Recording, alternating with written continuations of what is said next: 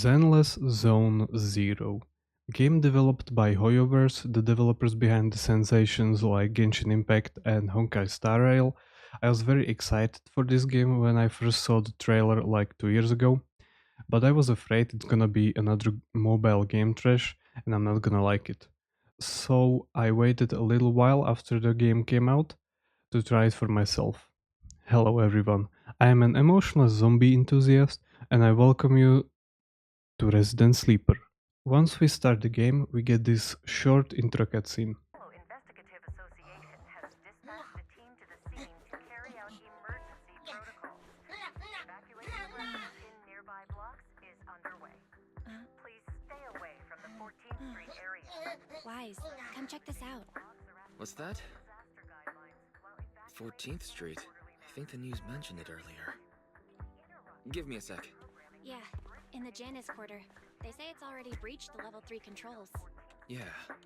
Public security were conducting a manhunt over there today. Evacuations may not be going as expected. So you're saying? We should get ready. We'll be seeing some business coming our way soon. Then we get seamless transition into character select. We can choose a boy character named Vice or a girl character named Belle. This choice doesn't really mean much, it does not affect story in any way. You can pick to play as either Vice or Belle, and the other will accompany you as a side character.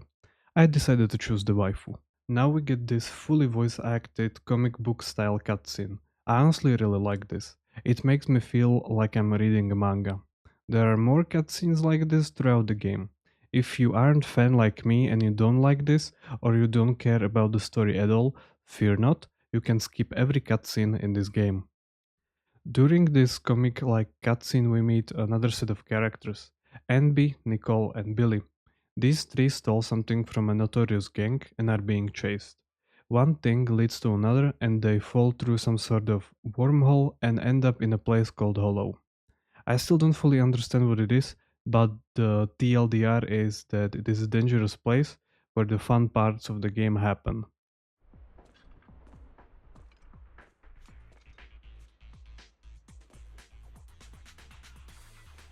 Now we finally get to play the game. We've fallen into a hollow. Let's get going.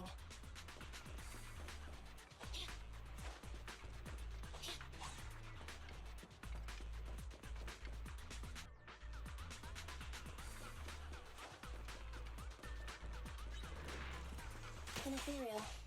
That was quick. The combat feels smooth, responsive and fast, which means I absolutely love it. We get to fight these monster-like creatures called ethereals. Throughout the game we meet several types of them. They are the main enemy we fight.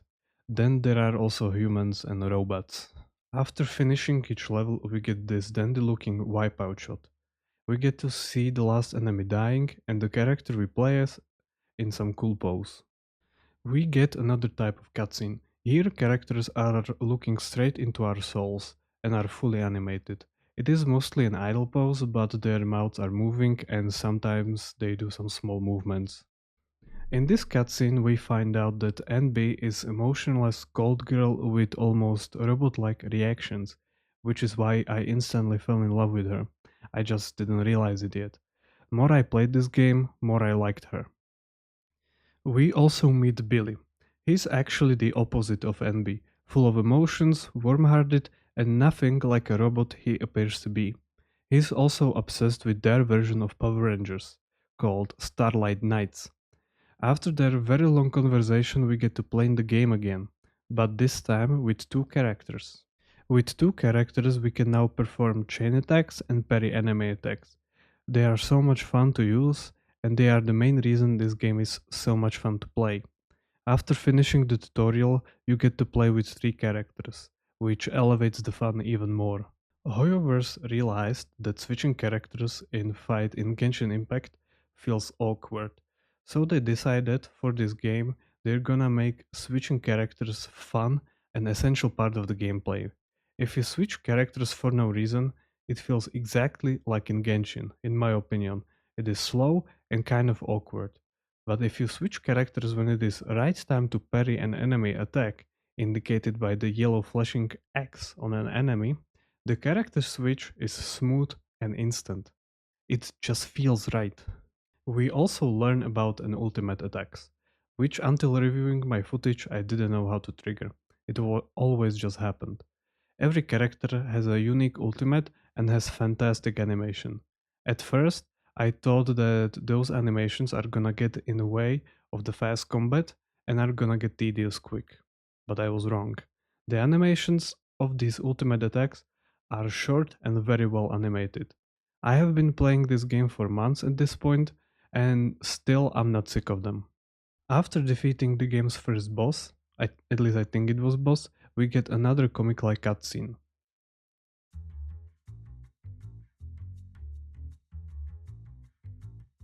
We're returning now to 14th Street, where an explosion occurred on one of the upper floors of a residential building, shortly after the appearance of a companion hollow.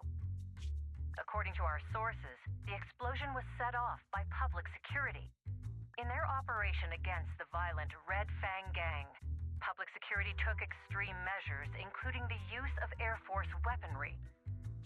The leader of the Red Fang Gang is thought to have fallen into the hollow and is yet to be brought to justice.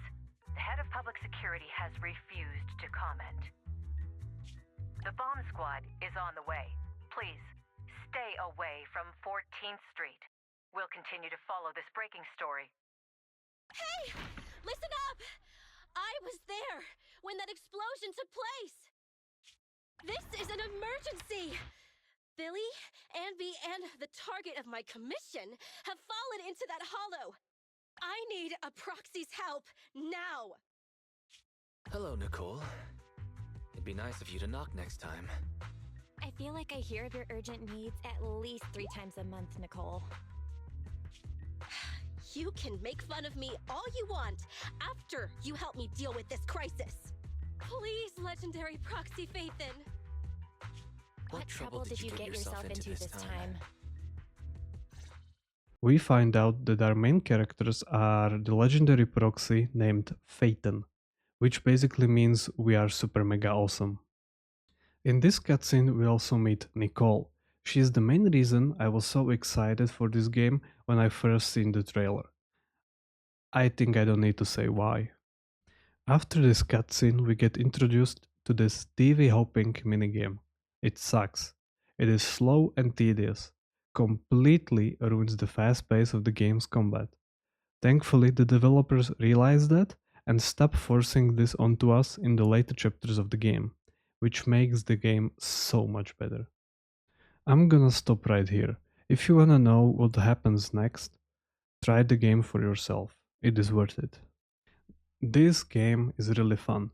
I have been playing it for several months now and I can't seem to get enough of it.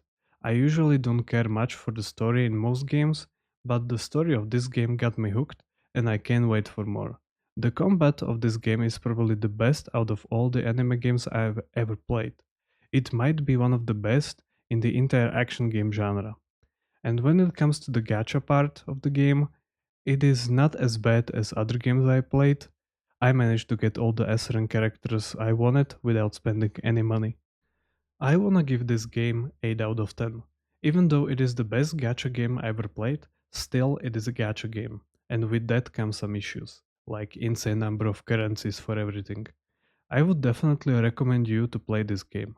It is free, it has great combat, a lot of great endgame content, and if you like anime plots, you surely are gonna enjoy this game's story. And who knows, maybe you'll be able to get yourself big titty anime waifu too. That is all from me. Hope you enjoyed the vid. If you did, do not forget to like and subscribe. If you played this game already, leave a comment who's your favorite character. Mine ended up being Jane Doe, leaving NB in a close second. Thank you so much for watching and see you in the next one. Bye!